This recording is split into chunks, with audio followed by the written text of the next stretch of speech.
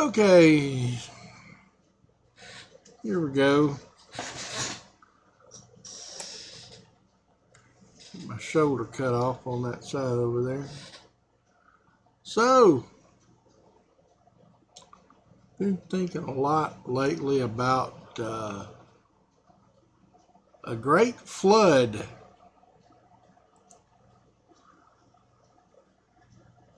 Probably heard of Noah's Ark. And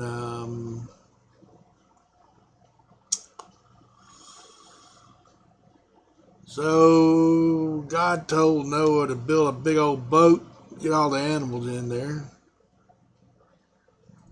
And might have looked something like that. Or if you're a young child, it may look something like that.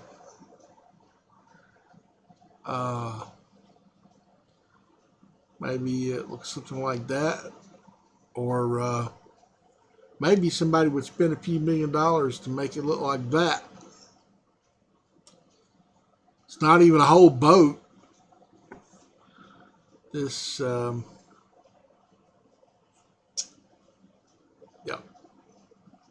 So, if you think there really was a flood and a Noah, well, you can believe that if you want to. But here's my problem. If your God is a loving God, then he decided he was going to kill everybody in a giant flood. Now, that doesn't sound like love to me. So, this is my biggest problem with the Bible right now. And I'm sure I have other problems with the Bible, lots of them. But right now, this is the one that's on my mind. A loving God wouldn't kill all his creations, would he? In the Bible, it says that everybody had gotten wicked, so I guess, God makes the rules and decides what's wicked and what's not wicked, so I guess all these folks became the enemies of God, so he decided to kill them. But I had 2 children, and I love those kids. They're grown up now. And I can't think of anything that they would have done that I would have wanted to have killed them. Even if they did bad things and went to jail, I wouldn't want to kill them. So, if you're God, what is it that your children have done that you can't fix? You couldn't think of a better way to deal with the problem than just to kill them all? So if y'all still believe that there was a flood and a Noah's Ark and all of that,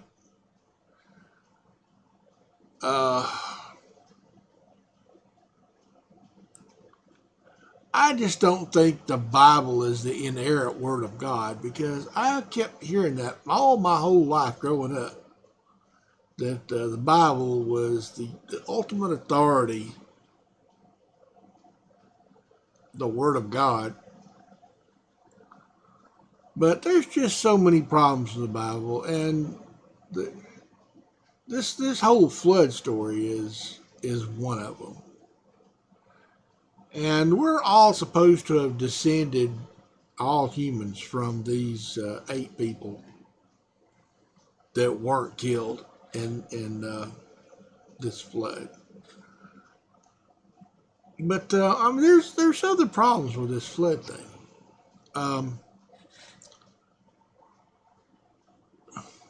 Nobody else had a boat. We got people today that build their own boats and circumnavigate the globe on the ocean. And they go for weeks, months at a time. And have enough food on their boat, water on their boat to survive for, these months. And I mean, it was supposed to rain for 40 days and 40 nights, and I don't know how long it took the water to go down. I forgot. It's in the story somewhere. So I think some folks thought it might be up to a year. I mean, it's not impossible for anybody to get on a boat and survive for a year. You can fish and whatnot. Probably run out of fresh fruit. Modern times we have ways of supplementing our diet, with vitamin C pills and such like that. But I imagine somebody back in the times when Noah was around, somebody else had a boat. Out of all the people on the earth, you don't think there's somebody else that had a boat, or multiple people that had boats that could have survived this flood? I mean, just why not? But that's only just one of the problems with this whole ark story. If Noah got up all of the animals, how did he get the penguins to walk from Antarctica? And how did he get the kangaroos to walk from Australia? And how did they get back after they landed on a mountain? How did the penguins and the kangaroos get back to where they were supposed to be? All the countless animals that we think of today, how in the hell did they ever fucking walk to the ark and then walk back to wherever they were supposed to be? I mean, it doesn't make any sense at all. And I imagine that with the limited ventilation on this boat, they would probably all suffocate within a matter of days from just the poop and the urine. Where does the poop and the urine go? But listen, it's not even worth going through all of the logical details. I mean, if you're going to believe that God did it, then, God could probably take care of the poop and the pee. But if that's true, if God could take care of all that, why did God need a boat? And if he needed a boat, why did he need a man to make a boat? God didn't seem too powerful to me, because he always needs people to do all his work for him. Not to mention he needs your money too, so don't forget that part. Yeah, you wouldn't believe how much it costs to go to this ark encounter. It's a lot. Look it up for yourself. There's dinosaurs in there too, by the way. We know that the dinosaurs all died out before 65 million years ago. And if you think that the Earth is 6,000 years old, then I don't know where the dinosaurs were at the time of humans, because the fossil record shows that there's no humans overlapping their lives with dinosaurs. Of course, you all probably don't believe in the fossil record, so if you want to go with the story that the flood mixed them all up together, okay. That's what they believe down at the Ark encounter. The Great Flood mixed them all up. The Great Flood is responsible for the Grand Canyon and all of the deposited layers. It's just ridiculous. So I could go through all the other problems in the Bible, and I'm really thinking about doing that. But this is kind of low-hanging fruit right now.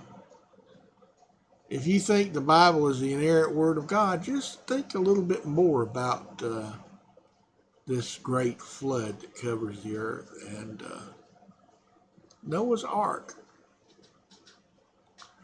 There's, I should have prepared this earlier, but I didn't do it. Let's see, Noah's Ark found.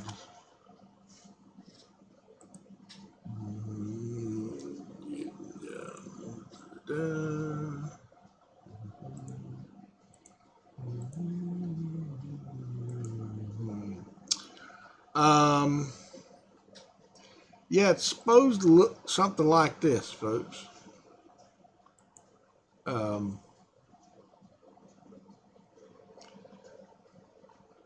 Yeah, it turns out that's a mound of dirt, folks. That's supposed to be an ark on somewhere in Turkey, high mountains.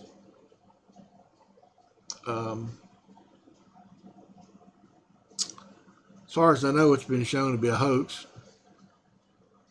Well, the dirt is not a hoax, obviously, but yeah, I don't think that's an ark, folks. You want to think that? Go right ahead. You lump it right in there with Bigfoot, as far as I'm concerned. But just really, this picture right here, it bugs me because if you're a little kid, 5 or 6 years old, you just love cartoons and you just love animals and rainbows and you know, some kid you might know might draw a picture, something like that. And kids are so impressionable, and you're just, you know, put a picture out like that. Look, y'all, this is for real. This really happened. Noah's Ark. It really happened. Put some cartoons in front of them. They'll probably believe you for a while. Maybe that'll indoctrinate them for life. Oh yeah, we found out that Santa Claus was not real, but oh yeah, God's real. Okay, just go one more step, and you can do away with God too. But you know, if you got pictures like this, you're just, you know, you're sinking them deeper and deeper. I don't know if they'll have a chance to dig out. I mean, probably a lot of people look at this picture and, you know, Noah's got a smile on his face. I don't know where his family is in this picture, but yeah, sun shining in the rainbow.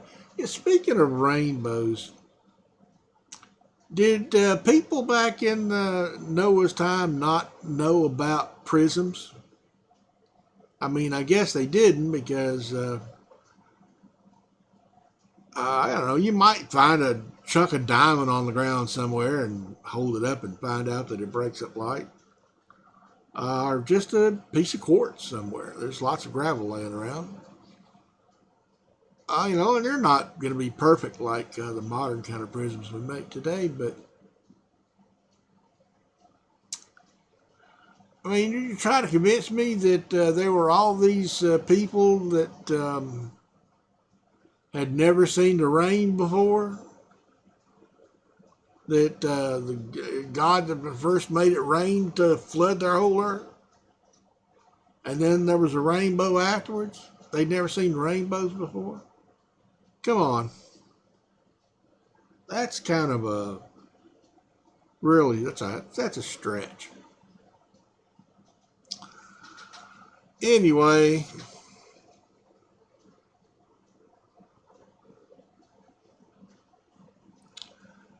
I mean, you kind of have to go with the whole 6,000-year-old Earth for this Noah's flood thing to work out. I mean, if you think that all of geology is wrong, then you can do that, I guess. Collect your Nobel Prize when you go out the door. I've heard 6,000-year-old Earth creation story for, my whole life. And